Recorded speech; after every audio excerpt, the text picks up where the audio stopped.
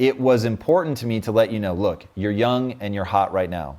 I am well aware that you're going to become a bag of bones and you're going to be just skin and wrinkles and it's going to be gnarly. And so am I, by the way. And I'm okay with that. Like, I get where we're going. I'm going to enjoy this phase. While you have your looks, holy hell, I'm going to really enjoy them. But I want you to understand, that's not why we're together. Because we've been together for so long and we've even been talking about the stages of our relationship, I really want to talk about loving each phase for what it is. Because anybody listening right now, if they're in a relationship, they're at some sort of phase, whether it's the beginning, the middle, they've been for a long time.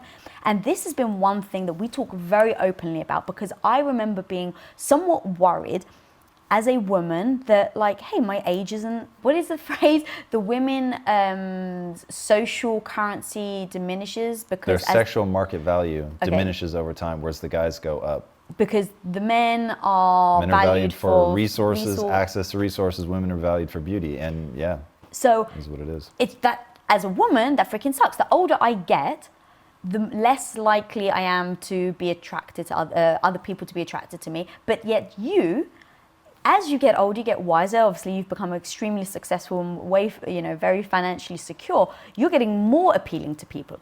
So let's talk about how we've had to process that. This was something I will give myself a lot of credit for from the fucking jump. I'm talking from being a teenager. I was like, ooh, that's a gnarly dynamic. And as I got older, I was able to couple on top of that the realization that I don't think monogamy is a default position, but it's like we're sort of in the middle where for sure we can do monogamy, not a big deal, but we also can do the other side where we can be promiscuous. So it was like, okay, I get that. I also get that if you're gonna be in a relationship with somebody, commitment is a big part of it. And it was important to me to let you know, look, you're young and you're hot right now. I am well aware that you're gonna become a bag of bones.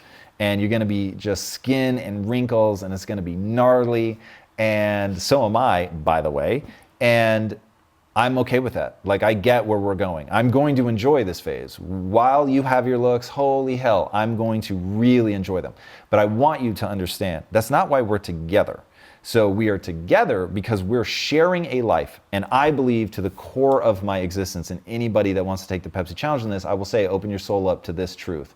There is nothing better in life than shared experience. It's the only thing it can't be, you can never rush it. So we have grown up together. And I wanted to literally on our first date, like, let you know, and it wasn't like I was trying to play a game. It just, the topic came up and I'd already thought a lot about this, where it's like, okay, here's the truth of being a man and a woman. You're always gonna find somebody else attractive. I'm always gonna find somebody else attractive.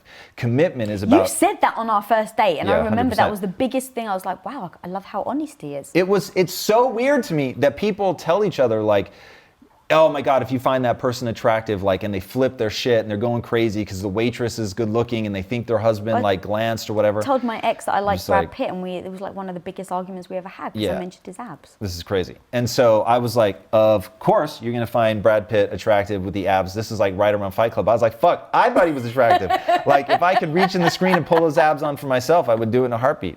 So I was like, look, I'm gonna find other people attractive. Don't be fucking weirded out by that, because I'm gonna commit to somebody. And regardless of the fact that I find other people attractive, I'm gonna be into you. I wanna share a life with that person. To me, I didn't have the words back then, but it's anti-fragile. If the only reason that person is with you is because they only have eyes for you, talk about the world's most fragile position. The second you're not in shape, or you have the flu and you look like 10 pounds of ass, or you get older, it's like, yo, what is this? Like, for me, what if we lost all the money? Would that mean that you no longer want to be with me? So it's another fragile position. It's like, I just didn't want to be there. So it seemed very clear to me there's a difference between attraction and commitment. And so when you're in the beginning of a relationship, and they've done the neuroscience on this, you cannot tell the difference between someone who's had a bump of cocaine and someone who's looking at the photo of somebody that they've newly fallen in love with. It's all consuming. It is a rad feeling. It is super fun. I enjoyed every second of it while we were in that phase. But it's like, you don't need to read a lot of books on neuroscience to realize, oh, this is gonna change. And because by then I'd become obsessed with reading about the brain, I already knew, hey, this is gonna change.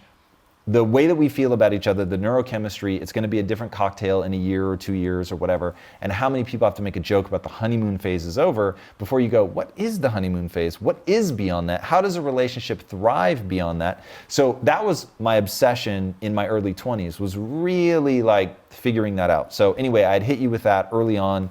You're going to turn into a bag of bones one day, but I need you to know, like, I will find a way to connect with you physically, you know, as we age.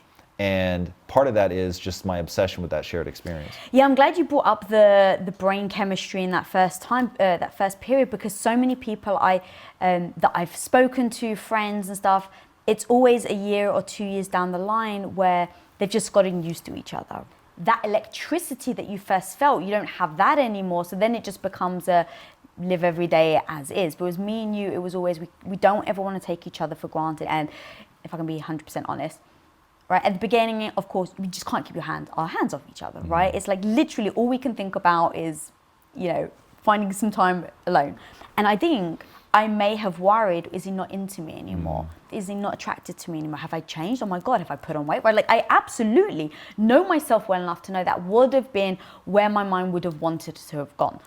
But because I've also worked on myself and my own self-esteem, but also you had laid that groundwork of it's never always going to be like this, and we have to accept it, but enjoy it for what it is. Right. Instead of like always mourning what the last phase, like really enjoy it. And we have, you know, like you said, we've been together for 19 years and we've gone through many phases now, and we've always addressed those phases almost when it's over. I don't know if you've noticed that. I try to be aware of it in real time. I try to really, you know, enjoy it while you have it. Don't take it for granted. Don't get numb to it.